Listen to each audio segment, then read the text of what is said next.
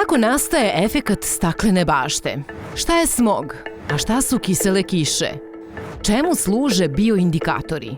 Konačno, kakav uticaj na naše zdravlje ima zagađenje životne sredine? Zdravo! Ja sam Vazduh i pomoći ću ti da nađeš odgovore na ova, ali i mnoga druga pitanja. Pred tobom je kurs Zagađenje vazduha u kome ćeš na interaktivan način, kroz dinamične i zanimljive lekcije, naučiti kako naše ponašanje utiče na zagađenje vazduha, da nisu samo kiše kisele, već kiseo može biti i sneg, susnežica, magla. Saznaćeš i gde se i zašto najčešće javlja aerozagađenje i da li godišnja doba utiču na ovu pojavu.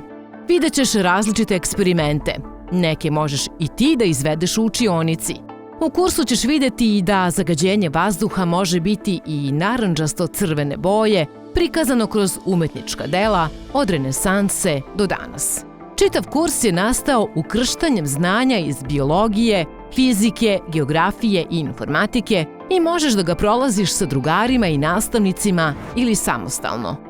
UNICEF, Ministarstvo prosvete, nauke i tehnološkog razvoja Republike Srbije, Ambasada Kraljevine Norveške, Inicijativa Digitalna Srbija i Fondacija Petlja žele ti dobrodošlicu na kurs Zagađenje vazduha.